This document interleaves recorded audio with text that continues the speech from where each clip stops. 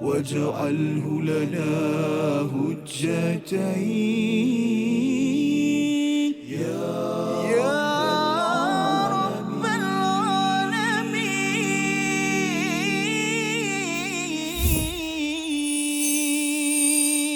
أعوذ بالله من الشيطان الرجيم.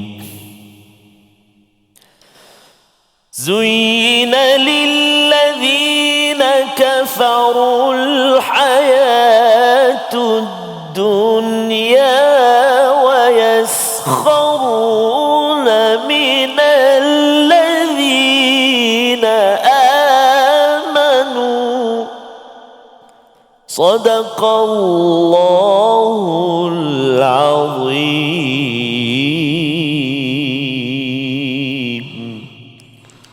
Assalamualaikum warahmatullahi wabarakatuh. Alhamdulillah wassalatu wassalamu ala Rasulillah wa ala alihi wa man wala. Syada la ilaha illallah, syadana Muhammadan abduhu wa rasuluhu. Allahumma salli ala sayidina Muhammad wa ala alihi wa sahbihi ajma'in. Amma ba'du. Apa khabar tuan-tuan dan puan yang dirahmati Allah sekalian? Kita bertemu dalam My Quran Time, Quran, Salat, Infak, untuk sama-sama kita melihat beberapa ayat, mengulang kaji halaman 33 dan 34. Dan alhamdulillah hari ini kita didatangkan panel jemputan Al-Fadil Ustaz Fahmi Rusli. Apa khabar Ustaz? Alhamdulillah sihat. Ahlan wa sahlan ya ke teratak My Quran Time bersama Al-Fadil Ustaz Tarmizi. Apa khabar Ustaz? Ya, alhamdulillah Safas. Sudah separuh kita perjalanan Ramadan kita berada pada 17 Ramadan yang kita doakan kita berada dalam keadaan yang terbaik dan ada pelajaran penting apabila kita sudah melewati setengah daripada Ramadan pada hari ini. Mari sama-sama kita mulakan sesi kita dengan subhanakala ilmalana illa ma 'allamtana innaka antal alimul hakim rabbi zidni ilma. Ya, kita doa pada Allah Subhanahu taala agar Allah terus memberikan kebaikan dengan ilmu yang kita peroleh pada hari ini. Dalam ayat yang ke-212 sebentar tadi dibacakan awalnya oleh Al-Fadil Ustaz Tarmizi, kehidupan di dunia dijadikan terasa indah pada pandangan orang-orang yang kafir dan mereka menghina orang-orang yang beriman. Terus kita bersama Al-Fadil Ustaz Fahmi Rusli untuk mencerahkan, menjelaskan kepada kita apakah yang dimaksudkan dengan zuyyina lilladzina kafarul hayatud dunya bersama Al-Fadil Ustaz. Silakan Ustaz. Baik, terima kasih kepada Sahibul Fadilah Moderator. Soalan yang kita bincangkan adalah kenapakah dinamakan kehidupan dunia ini sebagai perhiasan bagi orang-orang kafir. Sebenarnya kita tahu bahawasanya hidup ini ada dua. Yang pertama disebut hayatul dunia dan yang keduanya hayatul akhirah. Dan perhiasan dunia disifatkan sebagai, atau kehidupan dunia disifatkan sebagai perhiasan bagi orang kafir. Kerana orang kafir ni dijadikan perasaan cinta kepada mereka ini terhadap dunia dan segala isi-isi dunia, seperti pangkat, seperti harta, seperti kuasa dan segala nikmat-nikmat dan syahwat-syahwat dunia yang disediakan di atas muka dunia ini. Sebab itu kita akan dapat lihat kecenderungan mereka untuk memfokuskan dunia. Dan ini berbeza dengan mukmin. Kerana mukmin ini kecenderungan dia, kecintaan dia bukan semata kepada hayat dunia tetapi sebaliknya kepada hayat akhirat. Dan inilah yang Allah Ta'ala tekankan supaya perlu ditanam dalam jiwa setiap kita, sanubari kita, bahawasanya kehidupan akhirat lebih baik dan kehidupan akhirat itu lebih kekal. Bal tu'sirunal hayatad dunya wal akhiratu khairun wa abqa, kata Allah dalam surah Al-A'la yang kita selalu baca. Kamu sentiasa terkesan dengan kehidupan dunia sedangkan akhirat ni lebih baik dan lebih kekal.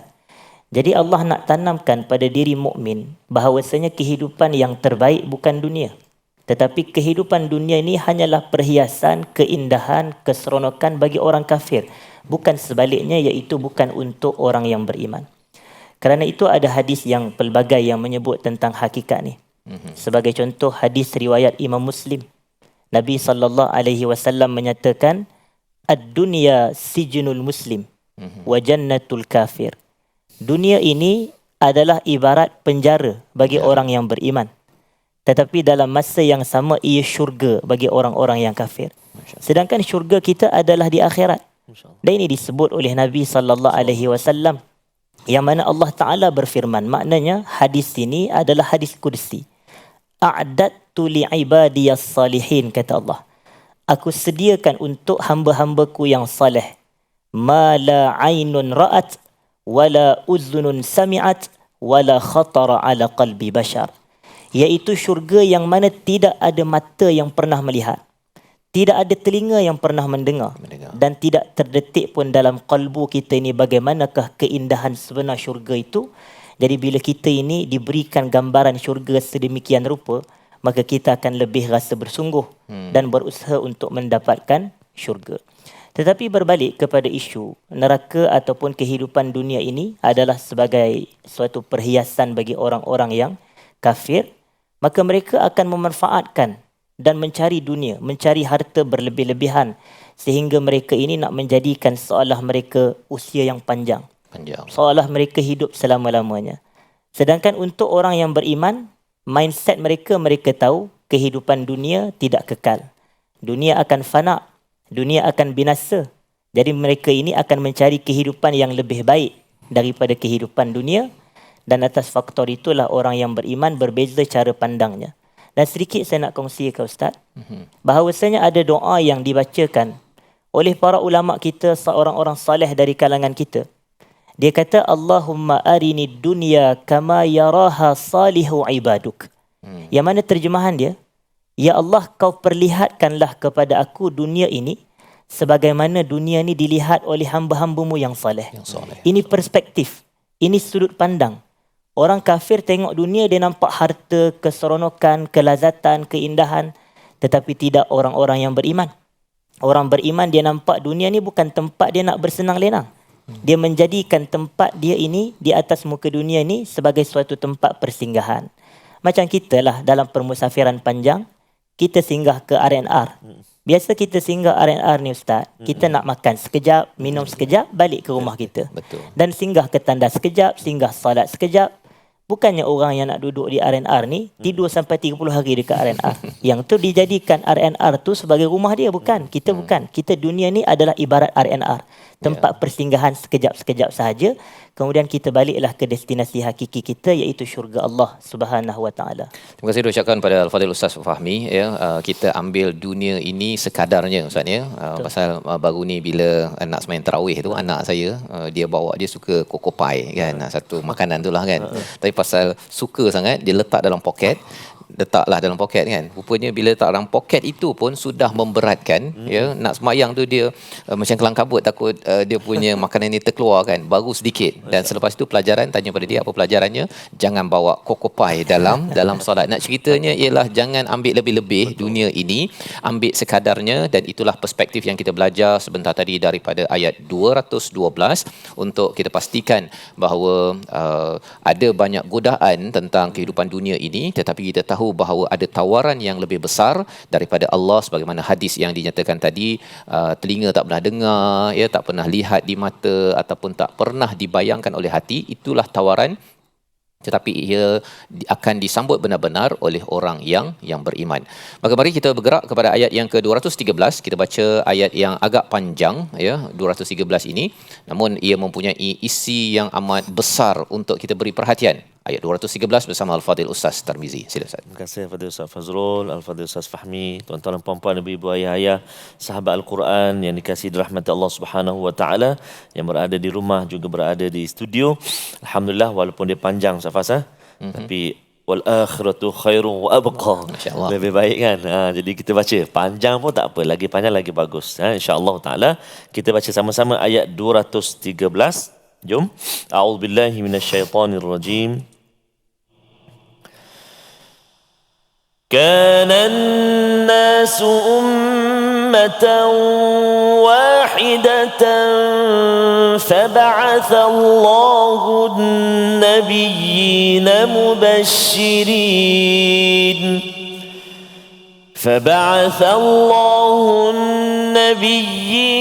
مبشرين ومنذرين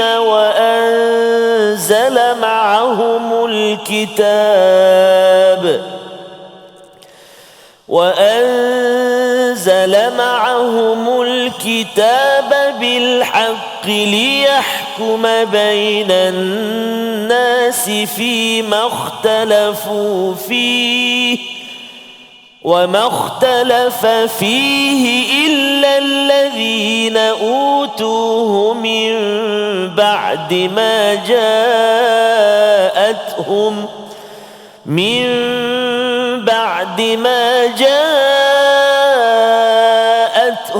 البينات بغيا بينهم فهدى الله الذين آمنوا لما اختلفوا فيه من الحق بإذنه والله يهدي من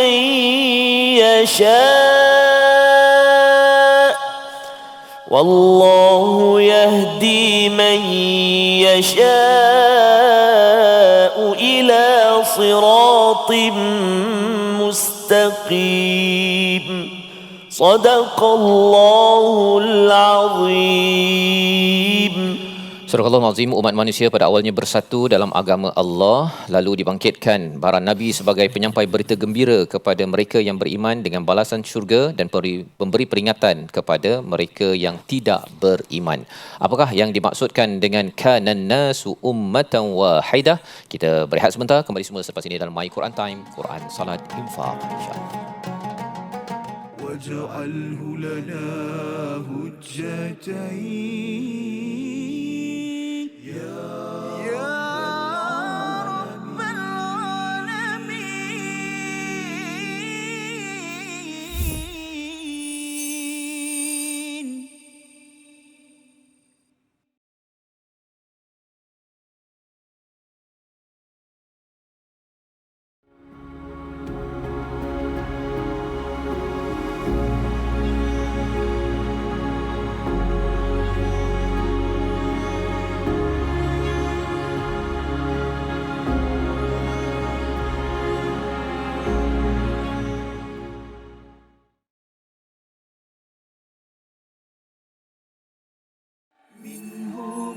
جاهينا وارزقنا تلاوته.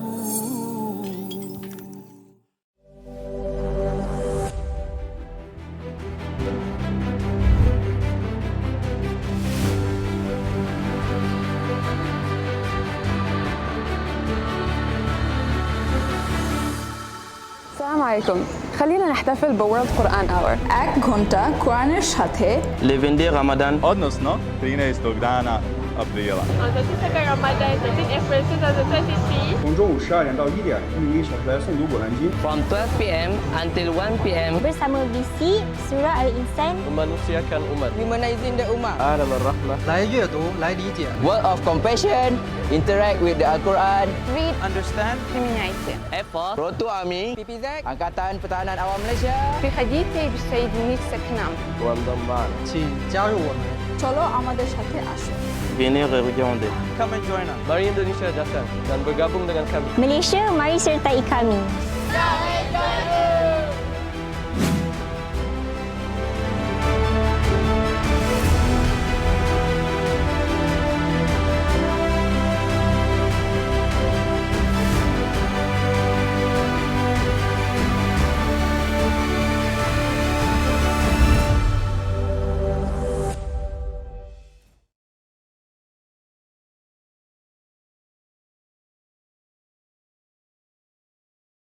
واجعله لنا هجتين يا رب العالمين.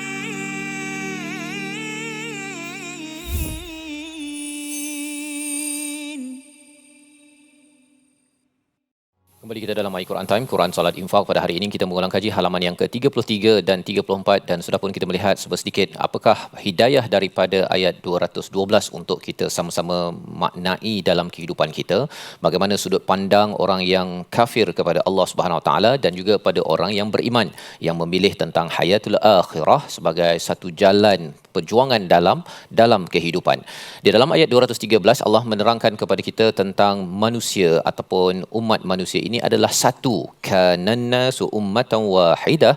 Tetapi panjang ayat 213 itu menceritakan tentang ikhtilaf yang berlaku dan dibangkitkan Nabi untuk memberikan kabar gembira dan memberi amaran kepada pertelingkahan kepada semua manusia yang hadir.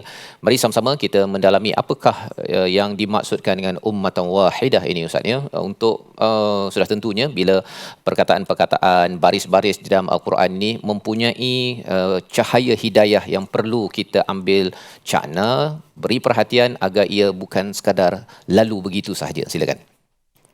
Baik, umat yang satu adalah satu dari sudut, walaupun para ulama tafsir berbeza dengan beberapa pandangan. Tapi kita kata pandangan yang tepat adalah sebagaimana yang disebutkan oleh Ibnu Abbas radhiyallahu anhuma, sepupu dan sahabat Nabi sallallahu alaihi wasallam, bahawasanya umat yang satu di sini mereka bersatu di atas agama yang satu. Dalam erti kata bersatu di atas ketaatan kepada Allah, bersatu di dalam ibadat kepada Allah. Tetapi ini merujuk pada zaman Nabi Adam alaihissalam. Jadi maknanya di antara tempoh Nabi Adam dengan Nabi Nuh, itu makna umat yang satu.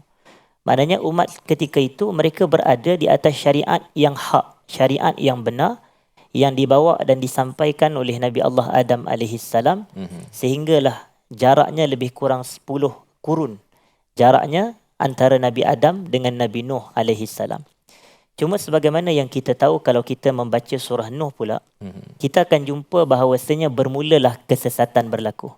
Bermulalah penyelewengan pada zaman itu apabila ada 5 orang lelaki. Yang pertama nama dia Wad, Suwa', Yaghus, Ya'uq, Nasr.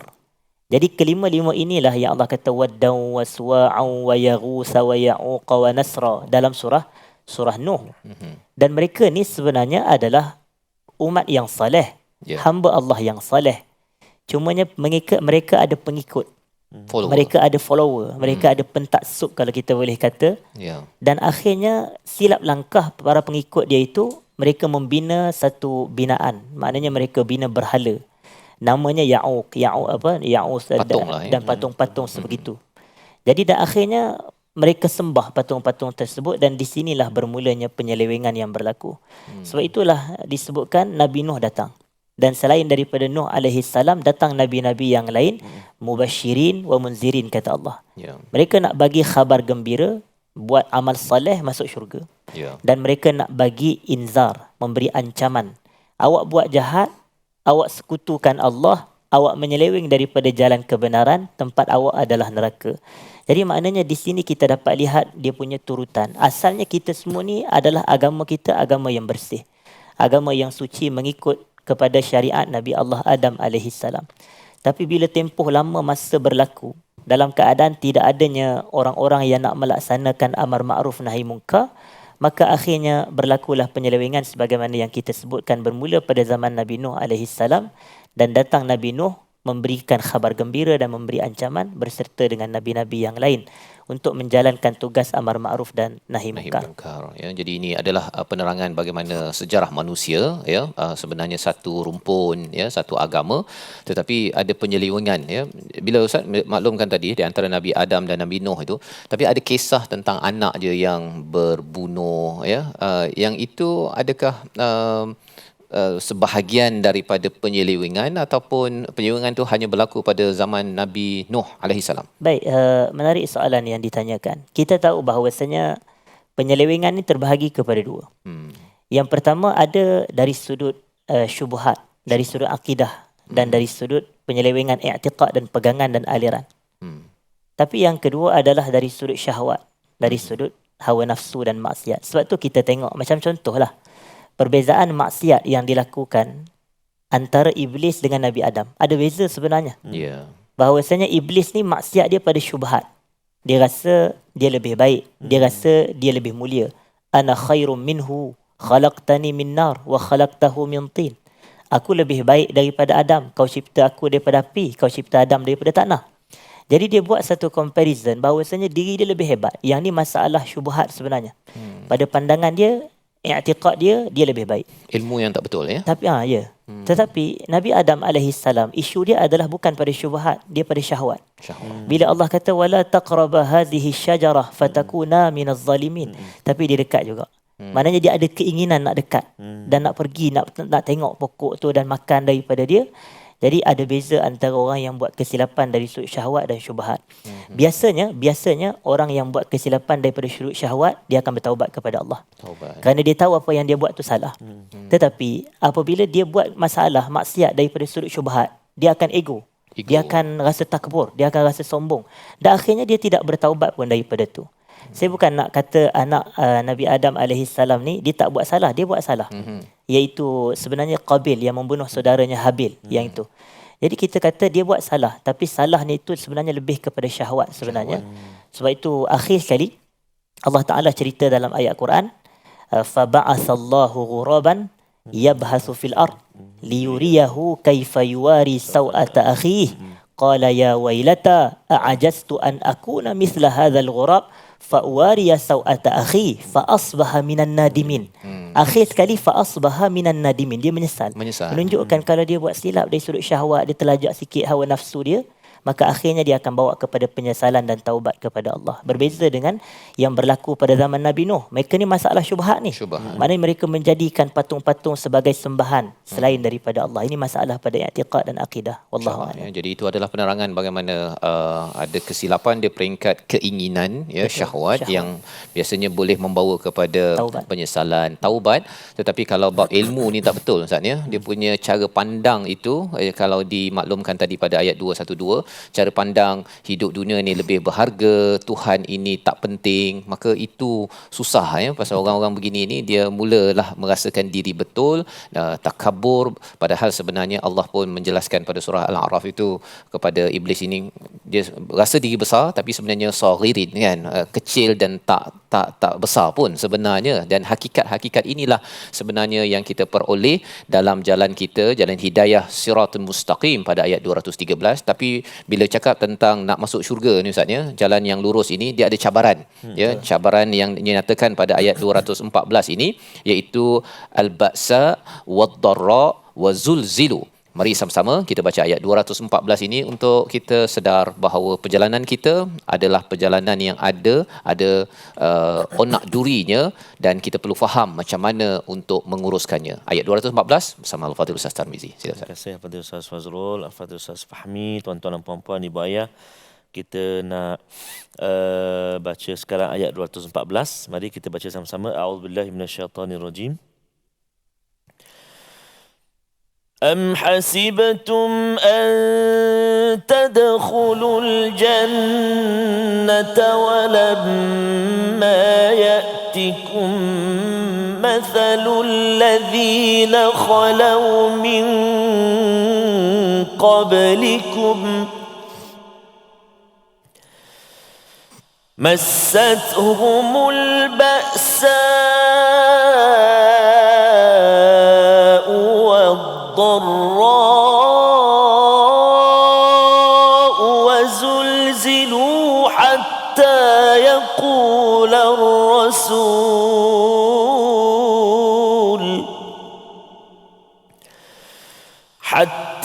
يقول الرسول والذين آمنوا معه متى نصر الله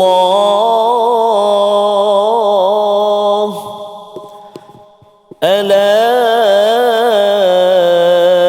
إن نصر الله قريب صدق الله العظيم. Surah Al-Azim ayat yang ke-214 daripada surah Al-Baqarah. Atau adakah kamu berfikir bahawa kamu akan masuk ke dalam syurga padahal belum datang kepadamu ujian seperti orang terdahulu sebelum kamu. Mereka ditimpa kemelaratan, penderitaan dan diuji sehingga Rasul dan orang-orang yang beriman bersama mereka berkata, bilakah datangnya pertolongan daripada Allah? Ingatlah, sesungguhnya pertolongan Allah itu adalah dekat. 3 perkara Ustaz ya, berkaitan dengan cabaran, ada ujian dalam menuju ke syurga ini. Istilahnya al-ba'sa wad-dharra wa zulzilu ya. Kalau diterjemahkan ini sebagai melarat, penderitaan dan diuji. Bila baca terjemahan ini dia tak dapat tangkap sangat apa beza di antara tiga perkara tersebut. Jadi apakah maksudnya? Kita akan dalami sebentar lagi. Kita berehat sebentar dalam My Quran Time, Quran Salat Infaq, insya-Allah. واجعله لنا هجتين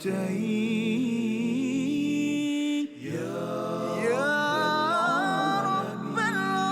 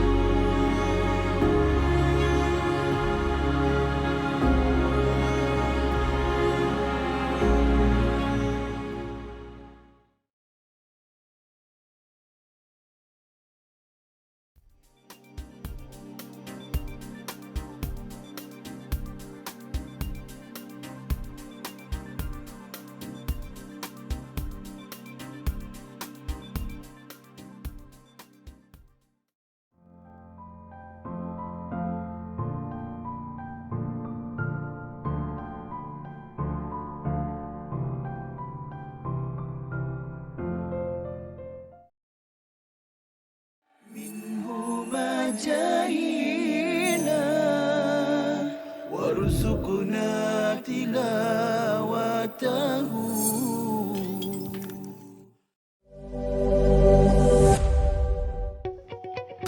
Assalamualaikum.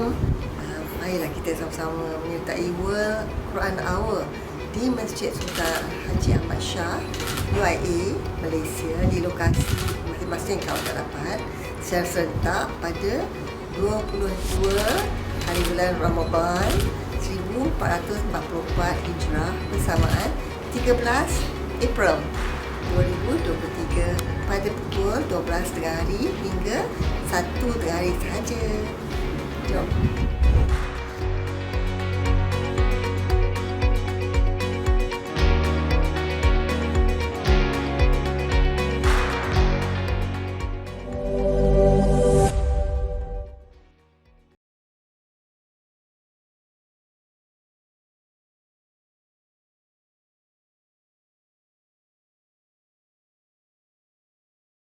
واجعله لنا هجتين يا رب العالمين.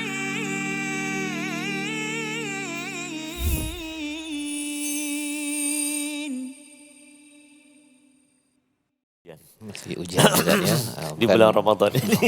Banyak ujian di bulan Ramadan dan sudah tentunya ayat yang ke-214 kita kembali semula dalam My Quran Time, Quran Salat Infaq untuk kita sama-sama melihat bagaimana ulang kaji halaman 33-34 ini menjelaskan kepada kita tentang hakikat perjuangan hidayah sebagai orang yang beriman, orang yang bertakwa, dan dimaklumkan bahawa ada ujian al-ba'sa wad-dharra wazulzilu. Apakah perkara ini hanya berlaku pada para sahabat ataupun bagaimana pula dengan kita zaman ini? Ustaz, silakan. Baik, sebenarnya ayat yang ke-214 ini daripada surah Al-Baqarah, ia boleh kita kaitkan dengan ayat yang kedua daripada surah Al-Mulk, yang mana Allah Ta'ala menjelaskan tentang hakikat kehidupan kita ini di atas muka dunia. Allazi khalaqal mauta wal hayata liyabluwakum ayyukum ahsanu amala. Allah menciptakan mati dan hidup untuk dia menguji kita. Siapakah dari kalangan kita ini yang paling baik amalan dia? Jadi di sini kita dapat satu kefahaman bahawasanya kehidupan adalah ujian. Dan ujian ini dia datang dalam dua bentuk sahaja. Yang pertamanya ujian kesenangan dan yang keduanya ujian kesusahan dan kepayahan. Dan kedua-dua ujian ini dia membawa kita kepada dua sikap kita sebagai seorang mukmin. Iaitu mukmin apabila diuji dengan kesenangan dia akan bersyukur, dan apabila dia diuji dengan kesusahan dia akan bersabar. Jadi sebab itu sebahagian ulama kita sebut kita di atas dunia ini ibarat seekor burung yang mempunyai dua sayap. Dua sayap. Dan kita terbang menuju Allah Ta'ala dengan sabar dan syukur. Dengan sabar dan syukur. Jadi dua sayap itu adalah sayap sabar dan sayap syukur. syukur apabila ditimpa atau mendapat kesenangan, manakala sabar apabila diuji dengan kesusahan. Dan dalam ayat ini ujian diberikan kepada orang-orang yang beriman dari kalangan para sahabat Nabi sallallahu alaihi wasallam, iaitu terhadap tiga perkara.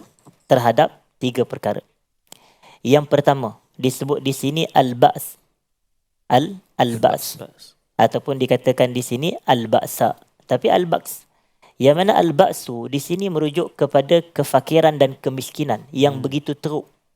Kefakiran dan kemiskinan yang begitu teruk.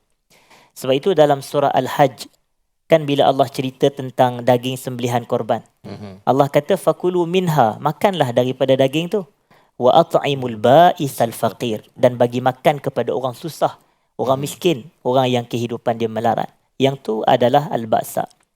Manakala ad-dharra ni kalau nak terjemah secara literal adalah kemudaratan. Tetapi sebenarnya yang lebih tepat, dia lebih kepada ujian sakit, ujian penyakit. Kalau kita tengok dalam surah Al-Anbiya, Nabi apa yang Allah Ta'ala uji dengan sakit yang panjang? Nabi Ayyub alaihissalam. Kan Allah kata, wa ayyuba iznada rabbahu anni massaniyad-dur. Dan Nabi Ayyub apabila dia berdoa kepada Tuhannya, wahai Tuhan, aku ditimpa dengan mudarat, tapi ad-dur di situ adalah sakit sebenarnya. Dan sebab itu Allah kata fastajabna lahu wa kashafna ma bihi min dur, kata Allah. Kami mustajabkan doa Ayyub dan kami angkat dan kami sembuhkan penyakit dia. Jadi ad-dharra ni adalah ujian sakit, kesakitan. Al-ba'sa adalah kemiskinan dari sudut harta, yang ni dari sudut tubuh badan. Maknanya sakit, tidak sihat. Dan wazulzilu. Wazulzilu ni sebenarnya adalah goncangan dan gegaran. Sebab itu kita kata ada surah namanya surah Az-Zalzalah. Iza zulzilatil ardu zilzalaha. Maknanya apabila digoncang. Maknanya begitu beratnya ujian yang menimpa orang-orang saleh ini dari kalangan para sahabat dan selainnya, maka ujiannya menggoncang diri mereka. Maknanya ibaratnya menggoncang diri mereka sehingga mereka ini menganggap bila lagilah nak turunnya bantuan Allah. Mereka kata lambat lagi ke nak sampai pertolongan Allah. Bila ni nak sampai kami dah diuji dan diuji, dah sabar. Tapi akhirnya Allah bagi satu kata-kata yang menenangkan jiwa. Ala inna nasrallahi qarib. Ketahuilah bantuan dan pertolongan Allah itu dekat. Jadi keimanan kita meyakini bahawasanya walaupun begitu lama kita menanggung ujian, akhirnya selepas ujian adanya kesenangan macam nasyid yang disampaikan oleh Ustaz Tirmizi tadi sebenarnya. Wallahu a'lam. Terima kasih diucapkan pada Al-Fadhil Ustaz Fahmi menjelaskan tentang tiga istilah tadi, al-ba'sa iaitu kemelaratan fakir yang teruk, dan kemudian ad-dharra berkaitan dengan penyakit, dan juga wazulzilu. Jadi bila cakap tadi tentang ad-dharra lah terutama Ustaz ya, ini merujuk pada sakit. Kalau zaman Nabi ketika di Mekah itu mungkinlah ada yang kena hempak batu ke apa ke, sakit jenis gitu ke, ataupun sakit kencing manis ke, sakit jantung ke, macam mana darat tu, untuk nak memahami lebih jelas dalam konteks kita sekarang lah kan. Baik, soalan yang sangat baik sebenarnya berkenaan dengan penyakit. Kita biasa baca dalam doa kunut subuh kita. Contoh kita kata wa'afini fiman afait. Kita minta afiah daripada Allah agar kita bersama dengan orang yang mendapat afiah. Dan afiah ni rupanya para ulama kita kata dia terbahagi kepada dua. Yang pertama daripada penyakit zahir, dan yang keduanya daripada penyakit batin. Afiah daripada penyakit zahir ini adalah seperti macam itulah, minta keselamatan dan kesejahteraan daripada darah tinggi, kencing manis, sakit jantung, COVID sebagai contoh. Manakala afiah daripada penyakit batin ni kita minta perlindungan Allah dan kesembuhan daripada riak, daripada ujub, daripada takabbur dan seumpamanya. Jadi sebenarnya dari sudut dharra yang diberikan kepada orang-orang saleh ni, dia boleh dipahami dengan dua kategori penyakit tu. Maknanya mungkin dari sudut mereka diseksa dan disakiti sehingga menyakitkan tubuh badan mereka. Macam yang kita berlaku kepada para sahabat yang orang kata ditekan dada mereka dengan batu dan dihempap. Begitu. Dan begitulah para sahabat yang disakiti. Ini menepati maksud sebenarnya. Ia tidak ada percanggahan kerana al-umum yabqa ala umumi. Kaedah kata ayat Quran ni yang bersifat umum. Kalau mudarat dalam pelbagai bentuk. Jadi dia kekal umum sehinggalah terdapat dalil yang mengkhususkan dia. Ini kaedah dalam bahasa Arab sebenarnya. Wallahu a'lam. Baik, terima kasih diucapkan pada Al-Fadhil Ustaz Fahmi. Jadi daripada sini kita memahami kalau kita ada penyakit, kan, ada sakit sesuatu itu, sebenarnya pertolongan Allah itu memang dekat. Itu penting kerana apa, kadang-kadang Ustaz ni kalau dah sakit tu pergi jumpa doktor kan. Kalau boleh nak suruh doktor tu sign kan. Saya sanggup bayar 1,000 lagi tapi sign hari ni makan ubat, hari ni terus sembuh kan. Lepas tu tak sembuh-sembuh lagi tapi rupa-rupanya ayat dalam ayat 214 ini adalah satu ubat yang percuma yang Allah bekalkan. Yakin bahawa sebenarnya Allah akan menolong dan ini adalah sebahagian daripada perjalanan menuju ke syurga Allah Subhanahu Wa Taala. Jadi ada manfaat kafarah, ya, Allah ampunkan dosa kita, Allah mudahkan urusan kita, dan inilah perjalanan orang-orang yang ingin beriman kembali kepada Allah Subhanahu Wa Taala. Jadi apabila ingin menjadi orang yang dekat dengan Allah Subhanahu Wa Taala, salah satu daripada pertanyaan sahabat adalah berkaitan dengan yunfiqun. Ayat 215 kita ingin baca dan melihat apakah konteks ayat ini, apatah lagi dia muncul selepas bercakap tentang inna nasrallahi qarib sebentar tadi. Ayat 215 bersama Al-Fadhil Ustaz Tarmizi. Silakan. Terima kasih Al-Fadhil Ustaz Fazrul, Al-Fadhil Ustaz Fahmi, tuan-tuan dan puan-puan, ibu-ibu, ayah-ayah yang sedang berjuang menghidupkan ihya Ramadan. Mari kita baca lagi ayat 215 yang terletak di bawah sekali halaman 33. A'udzubillahi minasyaitonirrajim. يسألونك ماذا ينفقون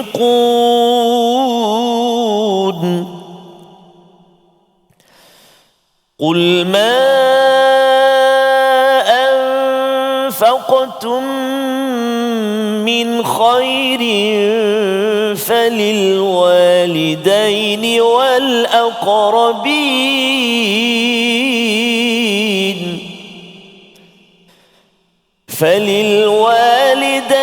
والأقربين واليتامى والمساكين وابن السبيل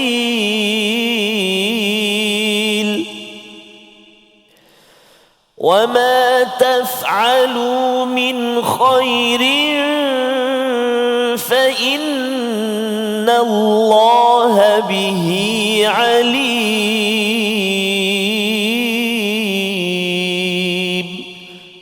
صدق الله العظيم. Surah Al-Azim ayat yang ke-215 ada kaitan dengan pertanyaan daripada para sahabat berkaitan dengan yunfiqun pada ayat 219. Mengapa ada dua pertanyaan pada dua ayat yang berbeza pada topik yang sama? Kita berehat sebentar, kembali semula untuk memahami apakah hikmah hidayah daripada dua ayat ini dalam My Quran Time, Quran Salat Infaq, insya-Allah. Waj'alhu lana hujjatain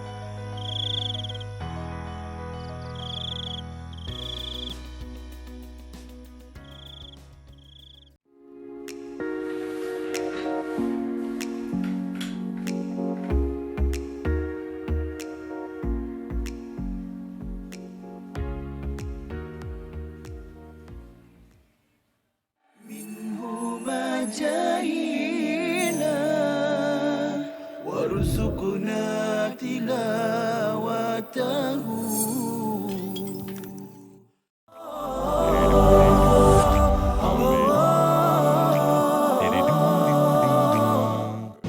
Hi there, Bilajima World Quran Hour.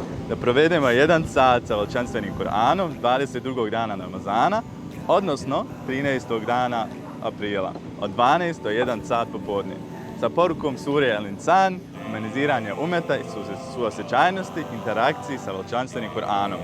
Čitajte, razumite i primijenite. Dođite i pridružite nam se. We strive to follow Allah's way and His messengers without delay. For those who are loyal and true will be rewarded with joy anew. واجعله لنا هجتين يا رب العالمين.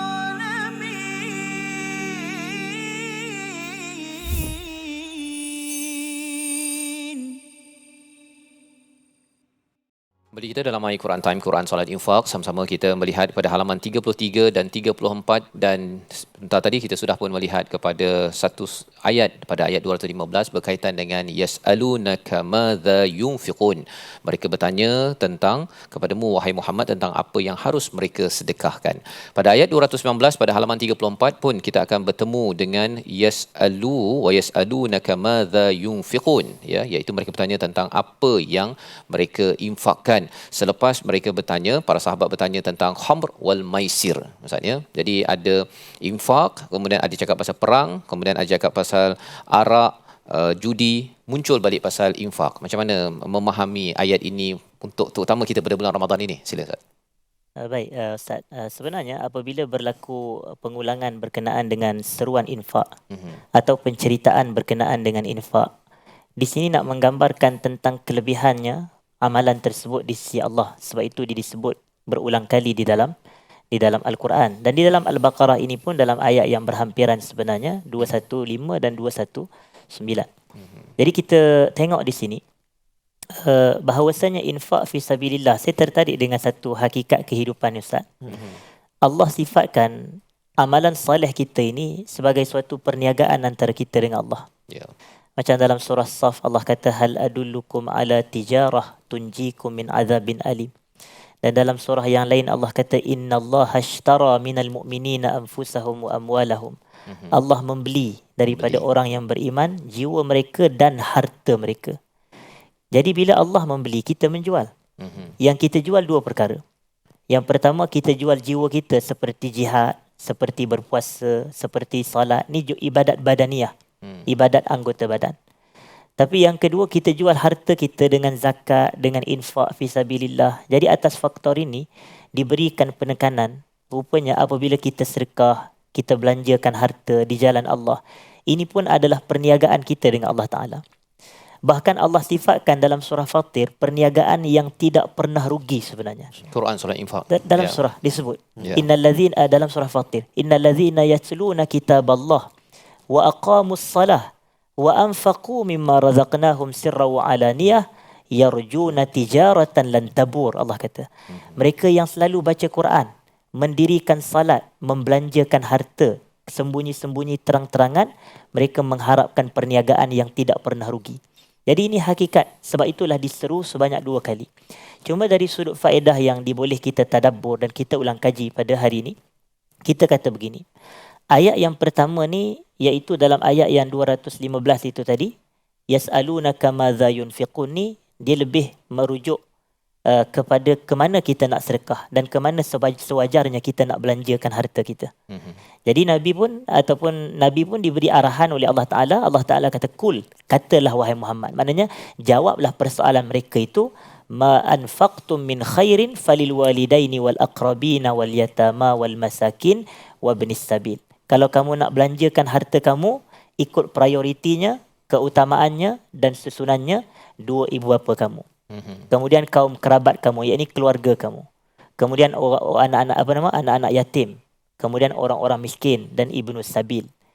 Jadi ini antara prioriti kita. Tapi sebahagian ulama kata ayat ni adalah sebelum turunnya pensyariatan zakat. Maknanya ini infak yang secara umum. Tapi bila dah turun zakat, zakat ada asnaf dia yang tersendiri. Dan ibu bapa kita tak termasuk asnaf kecuali kalau mereka berada dalam kategori 8 asnaf yang tersebut. Manakala dalam ayat yang lagi satu, yang maza yunfiqun lagi satu tu, bukan kepada mana nak disalurkan, tapi harta yang apakah, yang manakah yang perlu kita belanjakan. Jadi rupanya bukan semua harta kita ini perlu diinfak. Tak. Macam kita kata bab zakat, bukan semua harta wajib dizakatkan. Tapi dalam infak ni, kata Nabi, yang perlu kita infak adalah kulil afu. Afu ni lebihan harta. Maknanya lepas tolak nafkah yang wajib, keperluan kita cukup, hajat kita seharian dah cukup, ada lebih harta, yang tu kita infakkan di jalan Allah. Maknanya lebihan-lebihan harta kita ini infak di jalan Allah. Maknanya lebih kepada harta yang bagaimana. Yang tadi ke mana nak disalurkan, infak. Yang ni adalah lebihan harta itu yang dimaksudkan untuk kita belanja di jalan Allah. Wallahu a'lam. Terima kasih ucapkan pada Al-Fadhil Ustaz Fahmi ya. Pasal bila bercakap tentang al-afwa ni, yang lebih ni, ada orang cakap Ustaz ni, pasal saya ni tak habis lagi bayar rumah, bayar kereta, jadi saya tak naklah bersedekah lagi. Jadi macam mana dia punya ceritanya tu? Baik, sudut pandang, walaupun kita tak menyelesaikan kewajipan-kewajipan dari sudut pembayaran hutang, tak bermakna kita tak boleh bersedekah. Yang ni kita kena perbetulkan. Bahawasanya sedekah ini tetap ada tuntutannya walaupun masih ada hutang yang kita lakukan, kerana hutang kita memang mampu bayar dari sudut bulanannya yang sebagaimana yang Ustaz sebutkan, tetapi dalam masa yang sama perlu cari juga ibadah-ibadah yang lain ataupun harta-harta yang lain untuk kita gunakan dalam proses bersedekah. Jadi jangan jadikan pembayaran hutang yang belum selesai sebagai alasan untuk tidak bersedekah. Yang ini bahaya sebenarnya pada mindset kita. Jadi kita kena betulkan, sedekahlah walaupun kita ini masih ada loan bank. Begitu. Sedekahlah walaupun masih ada loan bank ataupun masih berhutang, kerana yang hutang-hutanglah juga Ustaz ya. Bukannya dia simpan duit semua tu dia bayar hutang terus pun. Hanya dijadikan alasan semata-mata. Jadi dengan kefahaman ini kita membina mindset bahawa ada lebihan, maka ianya perlu diinfakkan, kerana ia adalah satu amalan yang diangkat oleh Allah Subhanahu Wa Taala, yang amat mulia apabila ia dibuat kerana mencari redha daripada Allah Subhanahu Wa Taala. Kita doa pada Allah Subhanahu Wa Taala dengan beberapa permata indah daripada halaman 33 dan 34 ini, ianya menjadi panduan ya. Kita baca, kemudian kita cuba memahaminya pada bulan Ramadan ini, kita bawa kefahamannya ini dalam kehidupan seharian. Moga-moga kita terus berada di atas siratim mustaqim. Sama-sama di hujung ini kita berdoa Allah pimpin kita, dan saya menjemput pada Al-Fadhil Ustaz Fahmi untuk memimpin bacaan doa. Silakan.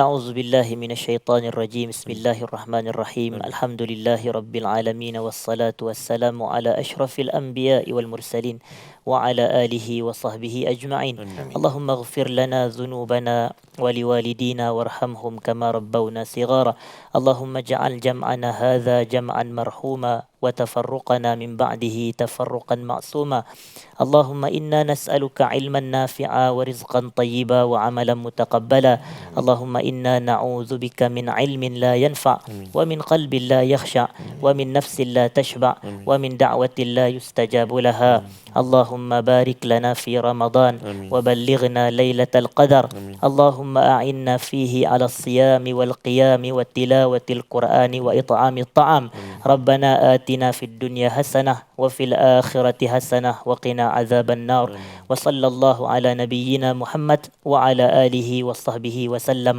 والحمد لله رب العالمين.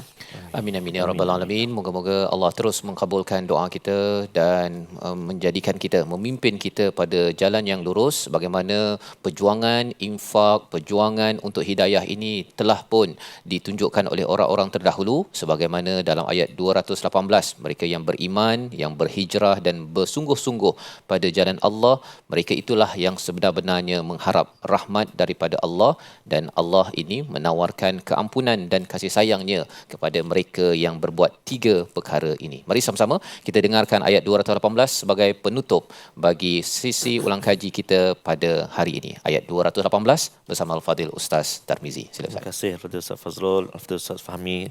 Kena datang lagi. Kena datang lagi. Kena datang lagi. Ini baru 4 soalan ni baru. Masya-Allah. Insya-Allah. Jazakumullah khair. Baik, kita baca ayat 218 menutup ulang kaji kita pada hari ini. A'udzubillahi minasyaitonirrajim. Innal ladzina amanu wal ladzina وجاهدوا في سبيل الله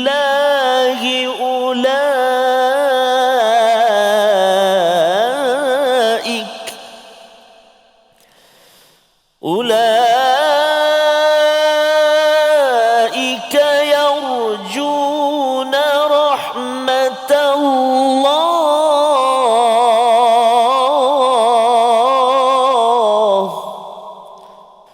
والله غفور رحيم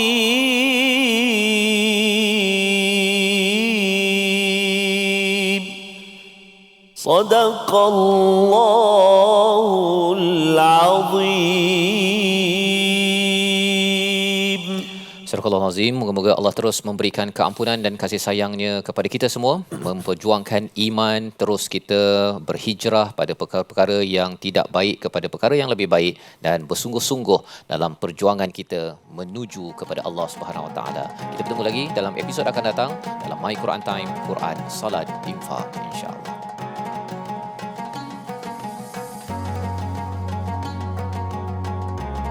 Saya menjemput pada tuan-tuan sekalian untuk bersama dalam tabung gerakan Al-Quran pada nombor hotline dan nombor akaun yang tertera sebagai satu wadah untuk kita sama-sama membawakan nilai Al-Quran kepada pelbagai institusi, sekolah, pendidikan, organisasi dalam negeri dan negara seantero dunia, insya-Allah.